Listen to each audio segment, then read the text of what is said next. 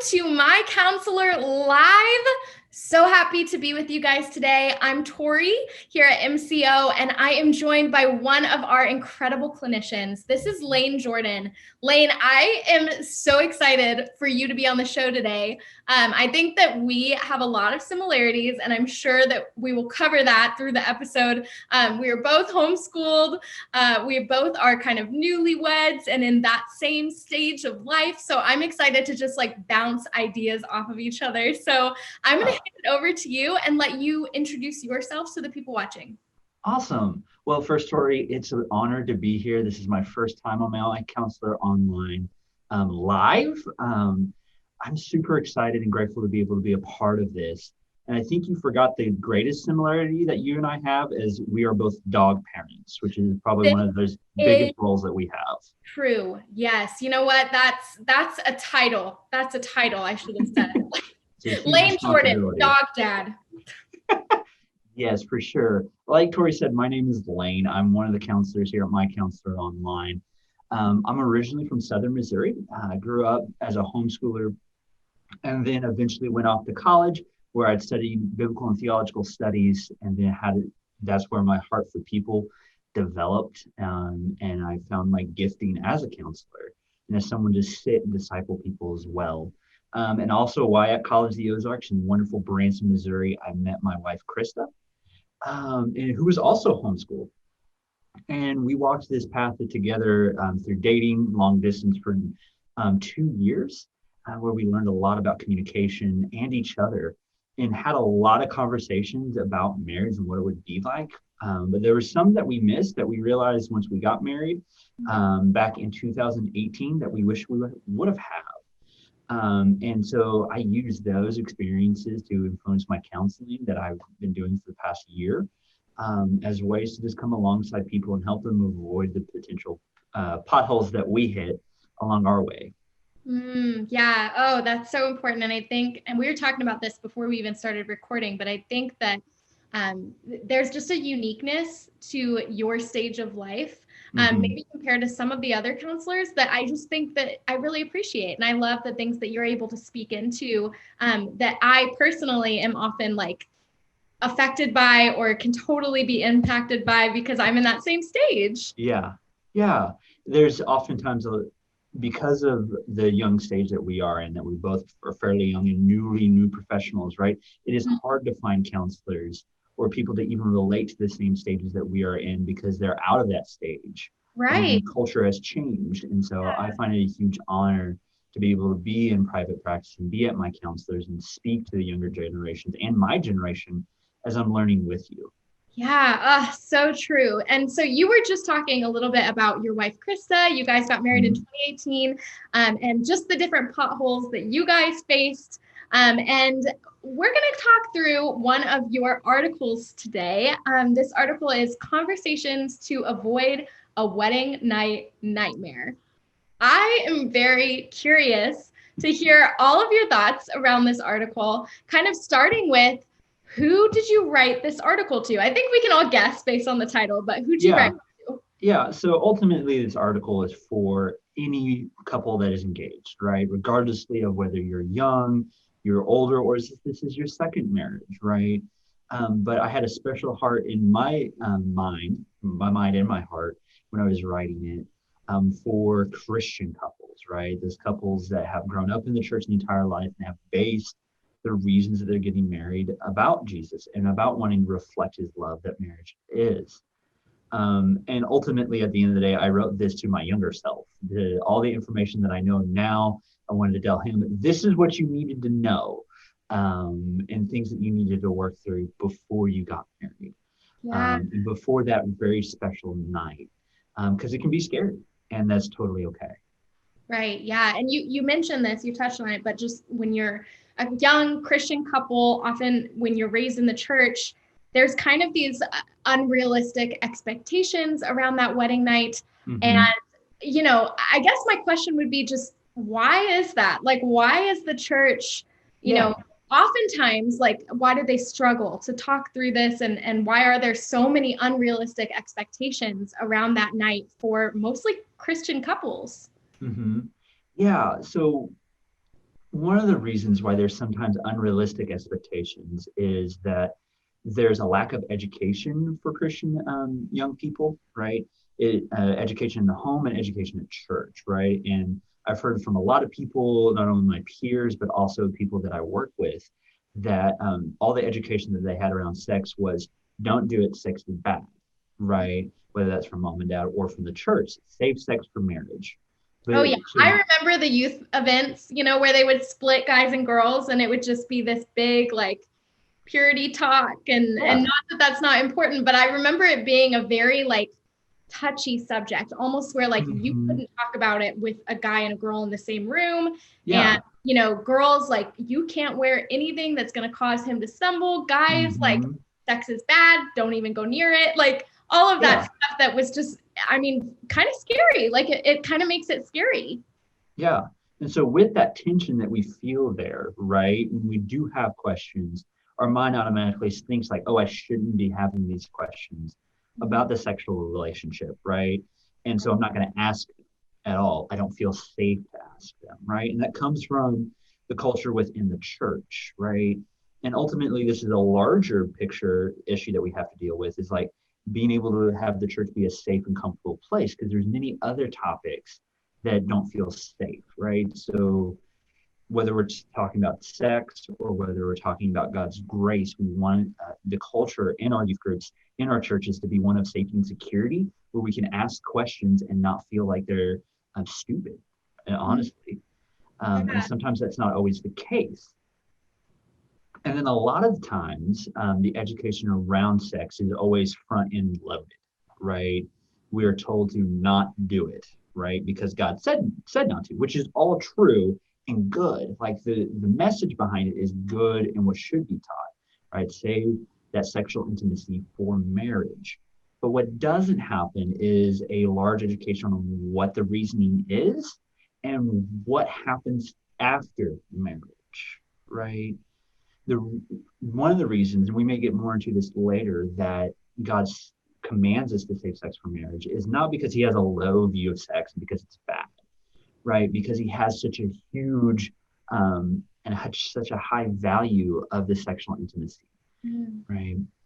Because Right. as we look all the other relationships that we have in life, there's many different stages of intimacies, right? And we participate in that type of intimacy with other people that we're around with and not just our spouse, right? So one of the things that I like to think about in intimacy, and this comes from Dr. Douglas Rosenau, is the three colors and circles of intimacy, right? So the first one is green, and this is a very biological intimacy. So this is a deep friendship, right? We know this person, we know what they're going to say and what they're going to do, right? And we know what they're made up of, right? And this is crucial not to friendship, but also our marriage relationship, right? And then out of that intimacy flows what's called purple, was like a coupling type of intimacy, right? Very royal, like this is special, right? That's marked with like hand holding, kissing, things like that. And like for Americans, that seems like that you only do those things with your couple, right? With your significant other. But we forget that we still hold hands and hug and maybe even kiss our moms or parents. And in other cultures, it's perfectly acceptable to have those kisses too, right? So even in that intimacy is shared with other people, right? Mm. But the last circle is that circle of orange intimacy, which is the erotic intimacy, which is the sexual intimacy. And it's only shared with our spouse. That's why, because it shows what commitment we have to the other person, that this is a special thing that I've saved, that only God has commanded me to share with you. And I'm going to share it with you. And we're totally vulnerable and excited and playful that only this person gets to see of me, right? And that's why God calls us to save sexual intimacy until marriage, because Mm. he thinks it's huge, because it's the commitment to the other person. Yeah, I think I remember hearing something one time kind of about the laws and commandments that the Lord gives, and it kind of saying like they're not given to prevent us, and to like, hold us back and enslave us. They're meant to protect us. They're meant to, for example, like when you're talking about, saving sex until you're married, that is so that we can have a more playful experience, a more comfortable experience to protect the sacredness of that relationship. Yeah. Yeah. For sure. For Yeah. sure. So kind of back to, I guess, the way that the church often responds to these things. Do you have any, tips for maybe church members watching this and trying to navigate having those conversations Yeah. with their youth group or with people, how can the church do a better job of handling those wedding night expectations? Yeah. I think one is to be honest, right? To be authentic. Because sometimes, especially for like youth group leaders, there may be a shame, right? Because they maybe didn't follow these not these rules, but did not save sex for marriage or have a past with it, right? And it feels really shameful, right? But ultimately, that's okay, right? What you did was wrong, but that's okay. Your story can be used as a way to direct other people, saying, "Hey, this is what I did, and this is how it affected me." Yeah, I was going to say, I think the best teacher is your story and your Mhm. authenticity and what you've experienced Yeah, around these things. Even if it's just, I have one friend who, her sister had a really hard time with the fact that a family member ended up having an unplanned pregnancy and things mhm. like that. And it was really difficult for her. And so Yeah, even that experience, maybe it wasn't directly her, but kind of mhm. indirectly a part of her family and did affect her. Yeah, yeah, Yeah, so good. So let's get back to your article, conversations that we should be yeah. having with that significant other before the wedding night. So tell me real quick, is there a right or wrong time to have that conversation? For example, like say someone is in a very serious relationship, they've been dating for a couple years, but they're not engaged yet. Should they still not have that conversation? Is it a conversation you can have at the beginning, or should you have it when you're engaged, or should you have it the week before you get married? When do you have that conversation? Yeah. I mean, I think there are some wrong and right times to have this conversation, right? This is not a conversation I would want to have with somebody I've been dating for 2 months, right? Yeah, that would be weird. Yeah, a little bit. We're just getting close. We just went out to ice cream for the second time. Tell me Right, about your sex life, right. right? All right. So now that we're sitting here at a Cold Stone ice cream, Yeah, I feel like I can ask you these questions. yeah. But I think when you start to see yourself as like, this is the person I want to spend the rest of my life with, right? And that can be engaged, right? But that can also be before engagement, right? Because especially for homeschoolers, right, and people from generally the Midwest, where I come from, a lot of times people aren't dating just to date, right? And they're doing that with the intentions of getting married, and they know they're going to get married years before they get engaged, right? And so I think it's acceptable to have that conversation then when you know that this is the person I want to spend the rest of my life with. Yeah. I would encourage you not to have this conversation like the week before you're married because of a couple of the questions there, like especially around like pornography, because that's something we have to work through, right? If any significant other has a pornography addiction, that can contraindicate the marriage relationship and really start it on a shaky footing. And so I would encourage you to be able to have it in advance to the wedding day, but right, but not right at the beginning. Yeah, no, for sure. I think that's great. And I think it can also, it doesn't have to happen all in one sitting, right? Like, No. I think it's also important to realize that, like, sometimes it's a gradual process of, hey, I'm Mhm. going to tell you a little bit about my history.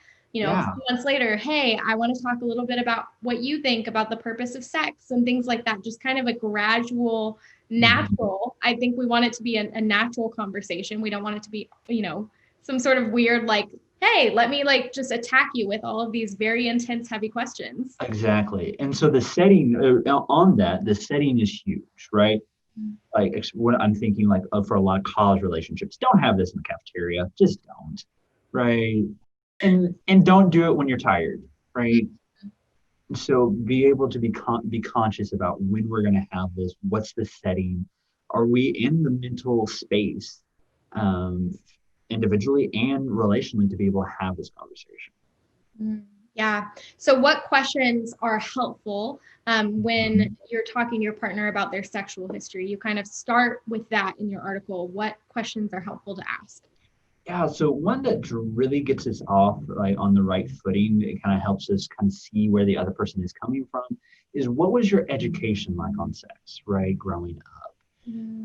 For a lot of people, that was James Dobson's Focus on the Family's books, right? Or parents That just would be even to and me. say, don't ask questions, just read it and you'll be okay, right? Or maybe mom and dad were from the medical field or talked more mechanistically about sex, right? But didn't talk about the emotional intimacy, right?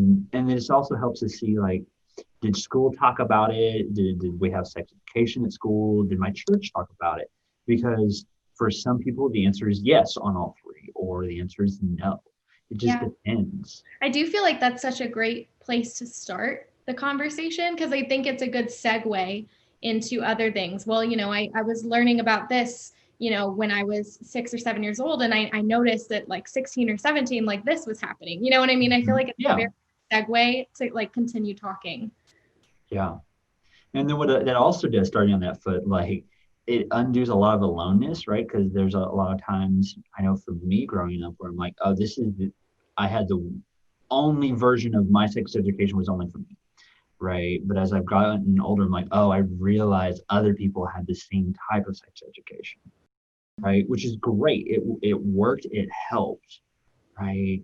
And it's what my parents offered me, and that was enough at that time. But there's some things as we get older and we felt like we couldn't talk about it, whether it's at home or at church, that we learn from other places. So it's helpful to be able to know where those beliefs about sex came from. So good. Yeah. Any other questions? Obviously you mentioned a few different points in your article, but anything else you would want to kind of highlight? Yeah, I think the other one I would want to highlight is asking about addiction to pornography, right?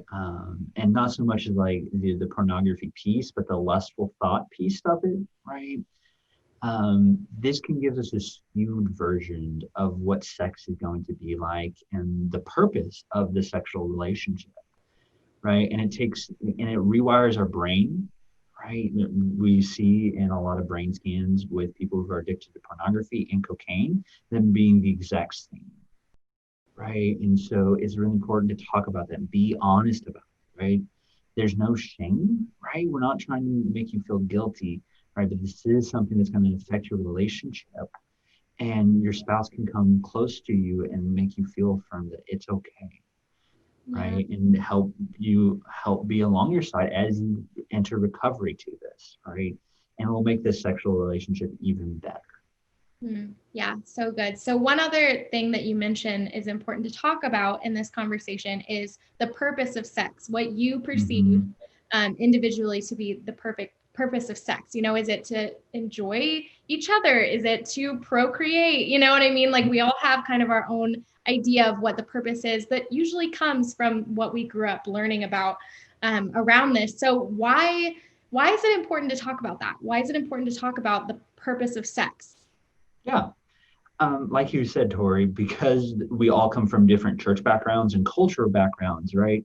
We will all have a different view, a different lens that we see the purpose of sex from, right? There are some very conservative Christians that will say that the purpose of sex is only for procreation, right? And it is how you want to interpret the Bible, like go for it, right? I don't want to condemn that view, but it's helpful when we come together, right, as a couple to understand where we're coming from, what we already believe, and to be able to talk together through scripture and other materials to know what we believe the purpose of sex is and how we're going to live that out in our relationship, right? Yeah, no, that's good. That's really good. So the next point that you kind of mentioned is talking through expectations of behavior. Can you kind of Mhm. expand on that? As it's mentioned in the article, why does it matter that we address Mhm. expectations for behavior? Yeah, I think the one of the reasons why this is important is because we get a lot of view of what sex is like from like TV, movies, Hollywood, right? And then, like I said, pornography as well. they there was a study done with butterflies, right? So this researcher got a male and female butterflies, and then he made cardboard butterflies that were larger and more vibrant than the females, right? And what he discovered was all the male butterflies try to mate with the females that were cardboard, Mm, right? And so what that reinforces that um, it was super normal, right? It was above what was normal. And that's what Hollywood and pornography promote abnormal, supernormal behavior, right? Hollywood doesn't show people tripping and falling under underwear or clothes not coming off as smoothly as we thought it was, right? And if that's our right. expectations, right, that we're going to do all these things the first night, right? As your spouse, I'd like to know what you're expecting for the first night, right? So we know how to come together and be on the same page, right? There is not a right list of what should happen on the first night, right? My goal for you is to be able to see that let's get on the same page so we're a team and we enter this together and everyone feels comfortable and we have an amazing first night, regardlessly of what we do. Yeah, absolutely. I think that that is a really selfless kind of way to respond to this conversation and just being like, hey, what are your expectations for my behavior? And I Mm-hmm. feel like that's such a beautiful way to start your marriage, to start that wedding night, Mm-hmm. is to really be caring about the other person and Yeah. really be mindful of what they expect, of what they're afraid of. Mm-hmm. I think that that's a really beautiful way to start a marriage.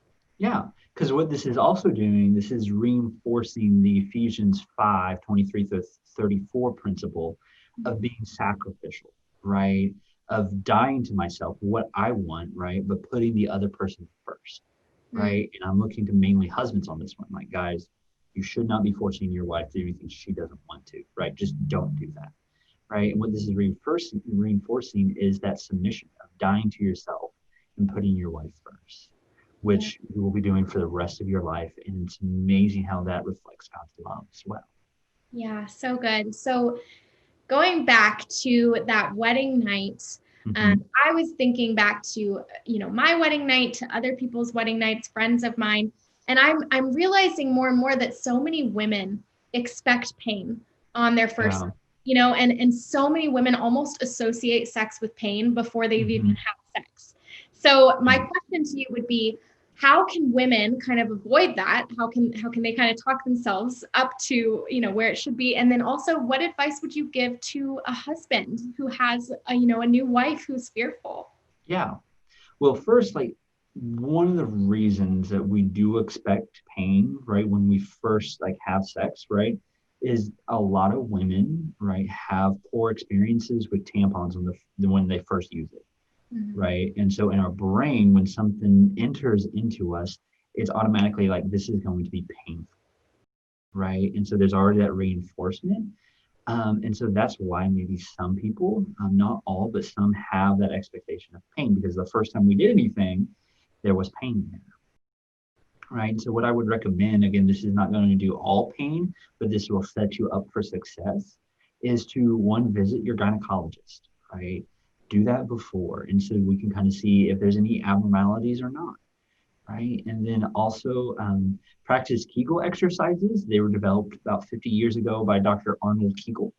Um, and so what there are, they're just our pelvic muscles, right? Our muscle. And so if they've never been used very much, they're going to be stiff and tight. And so when we're practicing Kegels, that will get things warmed up and strengthened. So when we do have sexual intercourse for the first time, we'll be more ready, right? Mhm. That will be something that helps. Again, these things won't take away from all pain, but it'll help set us up for success. So true. Yeah. And I think it genuinely, and speaking into it as a woman, um, Mm-hmm. I think that it's going to be different, of course, Mm-hmm. because you've never experienced it before. But also, it really is one of those like practice makes perfect kind of things, and the Exactly. more that you do it, and also the closer you guys become emotionally, Mhm. in marriage and more comfortable you get living together, the Exactly. easier it is and the less tense you are. Um, Exactly. Which I think it's just great to realize that if it doesn't go well your first night, or if you're nervous about it right now, it's not always going to be like that, you know? Yeah. Yeah. The sexual intimacy piece of marriage is not a light switch, right? It's on a dimmer switch, Hmm. right? We're That's not good. going to, That is a great picture. things. Yeah, we're not going to be able to come in and flip it on the first time and everything be bright and beautiful, right? But it takes time to slowly bring up the brightness of the light and as we get more comfortable, right? Um, so if it doesn't go to the expectations that you thought it was, that's okay, right? You're going to enjoy it way more 50 years from now because you have that closeness with your spouse. So, men, first off, be low and slow, right? Do not force things, right? So, keep constantly talking with your spouse saying, hey, is this okay? Does this feel good, right? She's the one that's going to coach you, right? Into what feels good and what doesn't feel good. And then coach her what feels good and doesn't feel good, right? Keep the lines of communication open, be slow and patient, right? Especially on that first night. And know that ultimately you love her for more than just a sexual relationship. And there might be times when you need to reinforce that, hey, I love you no matter what, regardlessly of what this experience is like, right? Um, I will work through anything with you. Yeah. Oh, that's beautiful. Yeah. I just think of just the importance of being so patient in that night. And just, I think of as a woman, you know, what I maybe needed and wanted on that night was just someone to, you know, make me feel beautiful and make me Yeah. feel comfortable in that moment. Mm-hmm. You know, yeah, totally. So good. So on to kind of a more funny question. Yeah. Weddings can be exhausting, right? So you Mm-hmm. talk about this in your article, how exhausting that wedding day can be and how it can kind of feel maybe a little anticlimactic heading into that wedding night. You know, you're like Yeah. all sweaty from dancing, you know, you're like Yep. your makeup smeared, like you don't Yeah. feel cute anymore, you're kind of tired, all of that stuff, Mm-hmm. right? You're hungry because you didn't eat your whole wedding reception, you Yeah. know, I whatever. rarely know people that actually eat the wedding cake. Like, let's be honest now. Oh, totally. No, we didn't even, I never had a cupcake. Like we, I mean, you know, you get back to your hotel and you're both just sort of drained. So my question is, what do you do if one or both people don't want to have sex that night? Know that that's normal and okay, right? Yeah, I mean, we don't want to do it tired, right? When we want to try something new for the first time, we're not going to do it when we're like exhausted, right? Because it's not going to so go well, true. Yeah, right? If I was to try like baseball to ride a bike for the first time and I do it like at 10 o'clock at night after I spent the whole day, I'm gonna probably wreck, right? So right, if I'm not ready emotionally, right, or physically, that's okay. Just right. And I think enjoy being with each other. it can be so overwhelming. I Yeah. mean, yeah, it can just be so overwhelming and not the way it was designed to be. You know, if Mhm. you are just kind of rushing into it and like doing it because it's expected, then you're doing it Mhm. because of expectations and not necessarily because you're ready and Yeah, excited for it. exactly. Exactly. Yeah, because what's happening to us physically, right? We've been on an adrenaline high for the last probably 24 hours, like since the wedding night reception, Right. right? The wedding reception, rather. And after we're done, we walk into our hotel room or a house or wherever, right? Our body's going to just dump all of that. It's just going to be, I'm done and stressed out. So it's normal for our bodies to feel tired. Yeah. Oh, I remember it. I remember we walked in, we opened up all our cards and our gifts and just sat on the bed, like wedding clothes on, just kind of tired, like opening up some cards before anything because we were Yeah. so tired and we just needed to like sit down. No, that's exactly how like Chris and I were. We both kind of walked in, we looked at each other like, not right now. Yeah. Like, Like, give me a minute. Like, yeah, let me get my makeup wipes, please. Like, yeah. She's like, can we wait? I'm like, yes, 100%, please. I'm so tired. you're like, yes. Oh my gosh. I was hoping you would say that. Exactly. Totally. Totally. So, last question around this. Speak directly, Lane, to the engaged couple watching. Kind of Mhm. give them some encouragement around the wedding night, this conversation that they are going to be having. Yeah. Yeah. So first, my heart's so happy for you guys. Marriage is awesome. Marriage is such a wonderful time, and so is the sexual relationship, right? You will never be this close to someone ever again. And even though these conversations may be hard, and marriage will be hard down the road, know that the other person's there for you. And ultimately, God's there for you because the marriage relationship reflects His love that He has for us, for His church. And that undying love is the same love that you will experience for your spouse. And know that Christ will get you through it. He'll help you if you lean on Him. And just be open and honest with your spouse. That's really beautiful. Yeah. Thanks so much, Lane, for covering just that article with us. I love it. I think that it is just so important to talk about. Yeah. Also, I am noticing it's getting darker and darker. Guys, it's raining outside right now, and I'm telling you, like, the cloud is like engulfing my home right now because I feel like it's not even, it feels like it's nighttime, but it's not. So I apologize for my light situation. But we're gonna jump into our next segment of My Counselor Live, which is a trending topic. So what are people Googling? What are people talking about? And I found one that I felt like was very fitting for this live with you, Lane, and that is pandemic weddings. It's not a secret. We know that we're in the middle of a pandemic here. It's been hard on a lot of people and a lot of couples. There's been a lot of disappointment, a lot of grief over things that they expected on their wedding day, over having to completely change things or cancel that. So I want to cover that with you, Lane. I want to start by just asking, if there's a couple watching this who has had to postpone their wedding, cancel their wedding, change their plans, how do you handle that kind of disappointment? What are some things that you can do in managing that? Yeah. So I'm actually like friends with a couple who's about to get married here in a few months. And so definitely So talk they to are right them. in the heart of trying to plan in a pandemic. Yeah. And like one of the biggest things was like immediately that word disappointment that comes up, right? Disappointment about not being able to enjoy something as simple as a wedding shower or like going to the store and doing our registry together, right? Things that we were waiting for and that's been almost stolen from us. And that freaking sucks. So know that it's okay to be disappointed. Okay? Don't feel guilty because I feel disappointed, right? This is normal and this is valid, right?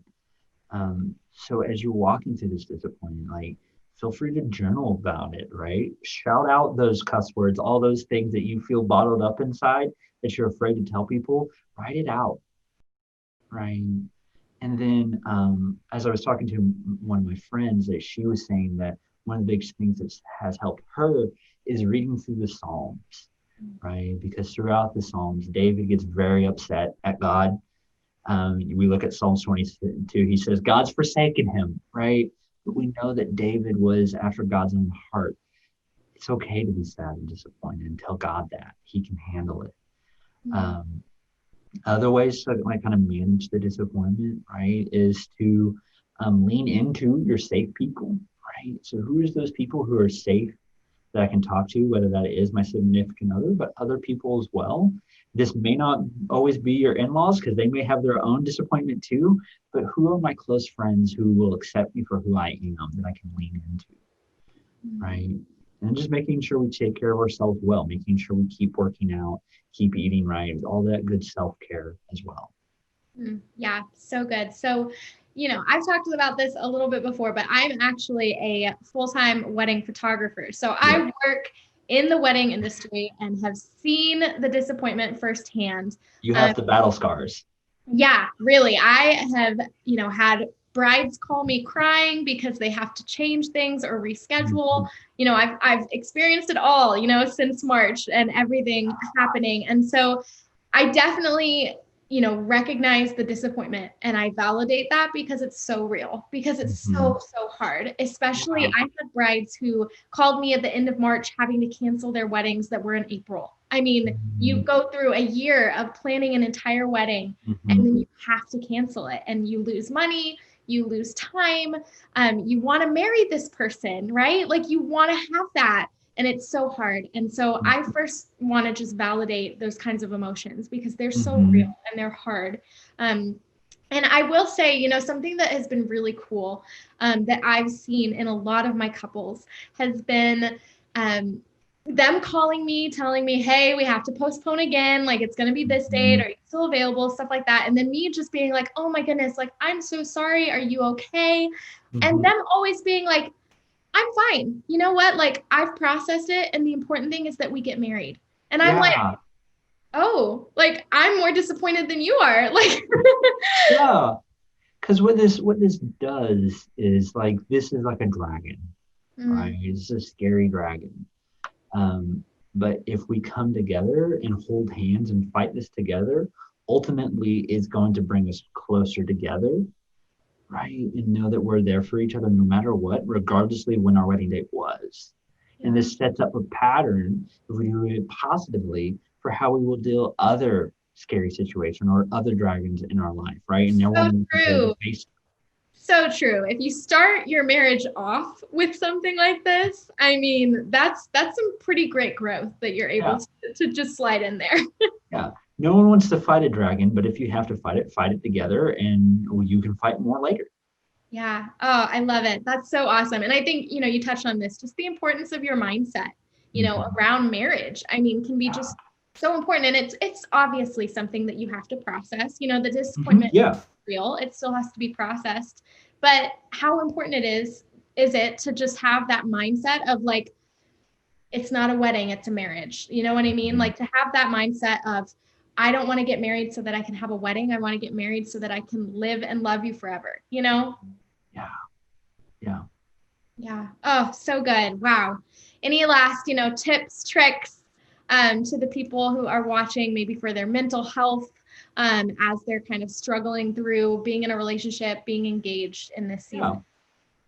Don't stop dating. Because especially with around wedding planning, not just COVID wedding planning, but in general, all of our dates or conversations can always be about just the wedding, right?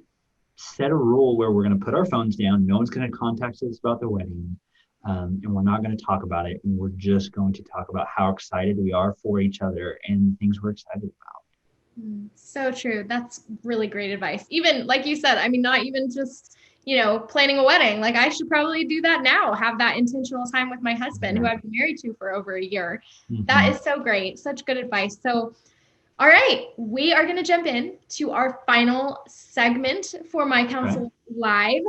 You guys, if you are just now hopping on, welcome. I'm Tori here at My Counselor Live, and I am joined by one of our counselors, Lane Jordan. We're just chatting through a few different things, and now it's your turn to ask the question. So we have questions that are sent in each week by you guys, by our viewers, and if you think of a question as we're sitting here talking, feel free to inbox that, comment that, send it to us at MyCounselor.Online/ask, and we can answer it in a future episode of My Counselor Live. So I'm going to jump into our first question. And this came in on Facebook, and this person said, what physical boundaries should I set with my boyfriend? We've been together for over a year and haven't gotten engaged yet, but I expect to soon. Kind of a broad question. Yeah, this is one that I think is, especially in college campuses, are debated till the cows come home, right? True. And there really isn't the Bible doesn't say, and this is the boundaries for a dating relationship. Don't you wish that it did? Like, oh, that'd be nice. Like, yeah, but what we do see from the Bible, right, is that when we feel conviction on our heart about doing something that maybe this is wrong, right, or this is too far, that probably means it's too far for us, right? Because everybody's different, right? And also know that, like it says in 1 Corinthians like 6:12, right? Everything is permissible, but not everything is beneficial, right? And God does not want sexual immorality to happen in a relationship, right? So what is too far, what is not? Ultimately, we can set large like guideposts, right? Knowing that having sex before we're married is probably too far, right? That is definitely way too far, right? And knowing that some kissing, right, is good because, like we said earlier, we don't want to just flip on that light switch, right? So being able to have that close touch, which is good, right? But being able to dialogue with one another and being able to set boundaries and saying, this is where we're going to stop, right? And both of us will call each other out on it, right? And it's even better to set boundaries one step before where you want to go, right? So if we don't want to take each other's clothes off, let's leave boundaries at making out, right? Because as natural humans, we're always going to push the boundaries, Yep. right? So let's put our fence post even closer to where we don't want to go. Right. That's really, really smart. Yeah, I think it's, and we were talking about this when we were talking about your article, just that mindset of the purpose of sex, right, is Mm-hmm. so important to know, at least even as an individual, before, you set those boundaries, so that, like, the purpose of sex is, to enjoy that marriage relationship, that Mm-hmm. intimacy in marriage, and, we were just talking about that around your article. I think just having a really good understanding of what sex is and what the purpose is, and maybe even, semi having that conversation with your boyfriend, like, Mm-hmm. why is it important that we have boundaries to you? Okay. Yeah, So good. Yeah. And it's a hard place to be in. I feel like that is it a is. difficult place when you're like borderline engaged, but not Mm-hmm. yet. So it's like, can we have this conversation yet? Mm-hmm. Should I just like set a boundary? Like it's Yeah. very difficult. I feel like when you're in that stage pre-engagement, but seriously dating. Mm-hmm. Yeah. What is permissible? What's not, right? Yeah, for sure. And like you said, the Bible is clear on, what are your convictions, and, Mm-hmm. what is it that makes you feel uncomfy, and, Mm-hmm. what is it that feels right and feels healthy. And yeah, I think that is just so true. And everyone is so different, and everyone has been raised differently, and experienced different things. I think that's something to think about too, like when Yeah. I got in a relationship with my husband, like I had a pretty solid boundary list just from past relationships. I Mm-hmm. knew Yeah. what, my boundaries were. I knew what I had Mm-hmm. struggled with before, and I Yeah. wanted to make it clear at the start. Yeah. I mean, I've heard some couples say that we didn't kiss, right? Because we'd already experienced that with other people and we didn't want to influence that with our relationship because we wanted it to be just about dating. Totally. Yes. Yeah, absolutely. And everyone's so different. And I have friends who waited until their wedding day to kiss too. And that was Mhm. beautiful. And it was Yeah. perfect and what they wanted. And I love that. So yeah, good luck with that. And thank you for asking this question, because I think it comes from such a good place of really Yeah. wanting to serve God and serve each other in a really, Hmm. really kind And I'm way. glad you're already thinking about this. Like, this is a good thing to Right? have. Yes, so good. So good. Even before being engaged, to already be kind of Mhm. opening the door for that conversation. Yeah. Sweet. Yeah. So, okay. Next question came to us from our online forum, and this person asked, does My Counselor Online do any premarital counseling? Yeah. So the answer is with a resounding yes. Yeah. Um, I love doing premarital counseling. I highly recommend that for everybody, right? Regardlessly of whether you do it through your pastor, do it through us or another counselor, right? Or even just do it through a trusted friend, right? Any care at this point is going to be better than no care. The studies show there's around a 31 to 33% like marriage satisfaction increase when a couple has gone through premarital counseling, right? So this is something that is an added boost to your relationship, and it helps us get it on the same page and helps us to see if there's any potential roadblocks that may be in a relationship that we can't see. So true. Yeah. I mean, my husband and I got premarital counseling, and it was a huge game changer. I mean, Mhm. and, we had been dating at that point, I think 2.5 years, 2 years, something like that. But it opened up conversations that we had never talked about before that were Yeah, actually really important conversations to have. yeah. Yeah.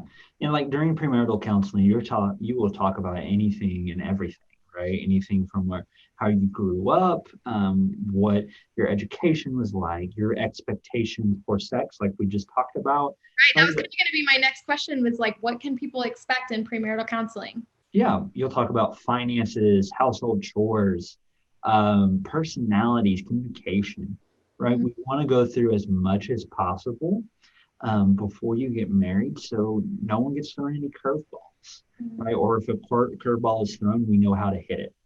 Yeah. Yeah. I think that something that was really cool that we did in premarital counseling was kind of talking about our conflict styles.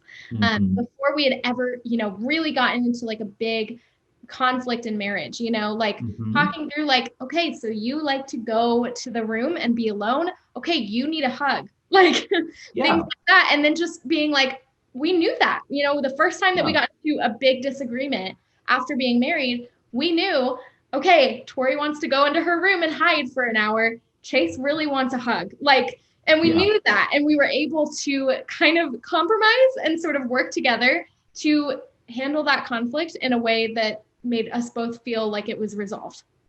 Yeah. Yeah. No, being able to know what each other's moves are, right? What dance we're already going to have when we are in conflict helps us to recognize it and then not to step on each other's toes. And then if we do, to be able to repair.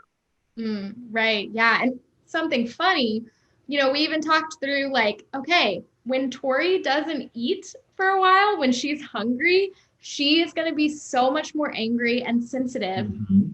And so Chase sometimes will just be like, would you like me to make you dinner? And sometimes Yeah. it really does work. But that's Yeah. me. And that's something that we kind of figured out in premarital counseling was the way that I respond when I'm hungry, when I'm tired. Yeah. No, what was funny was in like my premarital counseling, I did it with one of my great mentors, Dr. Jeff Elliott. And we met each other for a long time. And so we just brought Krista into our meetings. And I'm notorious for overthinking, right? And just over analyzing the situations. And so we start going through personality and like styles. And he goes, "Oh, hey, Krista, by the way, Lane may not say this, but this is him exactly." And totally called me out on my stuff, which was hilarious, but good all at the same time. Right. Because, You need that. You need yeah, counselors who are going to be like, this might be actually how you would respond and not this. yeah, yeah. Yeah. Oh, so good. Well, Lane, would you offer premarital counseling if anyone came to you and asked for it? Yeah, I would. I do a lot of premarital counseling, not only with the couples forum, my counselor online, but also through my church as well for couples that want to get married as a service that I would offer. And I would be extremely honored to be able to speak into your marriage, your future marriage, and your current relationship. Yeah. It is something that I find an immense joy in and an honor and a privilege. Yeah, for sure. So good. Awesome. Well, that kind of wraps up our episode today. Oh my goodness. I can't believe that almost an hour has gone by already. We just were able to talk for so long. But Mhm.